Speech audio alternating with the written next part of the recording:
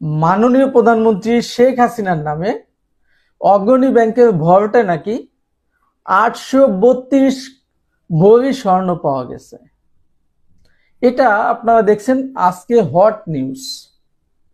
এখন আপনাদের কাছে প্রশ্ন, যে মাননীয় প্রধানমন্ত্রী শেখ হাসিনার এত এত দুর্নীতির মামলা, এত এত হত্যা মামলা, কোনো কিছুতেই কোনো প্রমাণ না পেয়ে, কোনো কিছুই প্রমাণ না করতে পেরে হঠাৎ কোথা থেকে উদাও হলো, বা নাকি ওহী নাজির হলো, বা একটা নাটক মধ্যস্থত হলো, সেটা কি?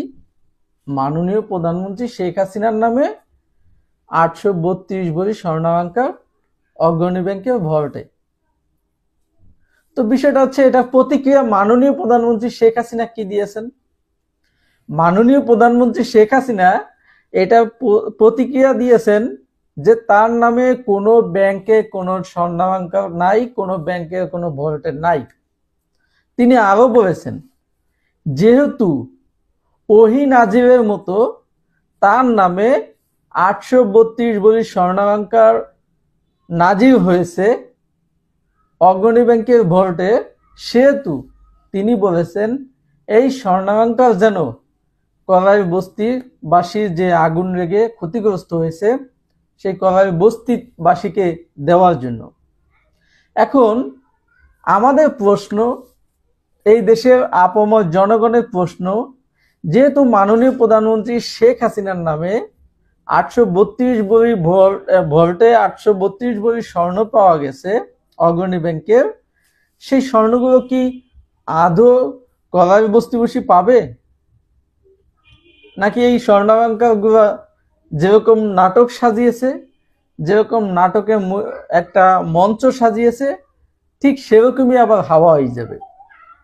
এই প্রশ্নটাকে কিন্তু এখন সবাই করে। যেমন আমি আজকে ঢাকার বিভিন্ন অঞ্চলে গেছিলাম, জজ করে গেছিলাম, মানে ঢাকা সিএমএম করে গেছিলাম, তারপরে আপনার হচ্ছে হাইকোর্টে গেছিলাম, সচিবালয়ে গেছিলাম, বেশ কয়েক জায়গায় গেছিলাম। আজকে প্রত্যেকের একই কথা, যে এটা হঠাৎ করে কোন জায়গা থেকে আসলো।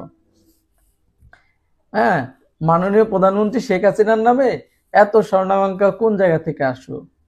আর সেটা যেহেতু আসছেই, আবার যেহেতু মাননীয় প্রধানমন্ত্রী শেখ হাসিনা এই স্বর্ণালংকারের মালিক, সেহেতু তিনি যেহেতু ডিক্লারেশন দিছে যে তার এই স্বর্ণালংকারগুলো সম্পূর্ণ কলাই বস্তিবাসীর উন্নয়নের কাজে দিতে। এখন এই সরকারের কাছে আমাদের দাবি থাকলো যে যেহেতু আপনারা নাজির করেছে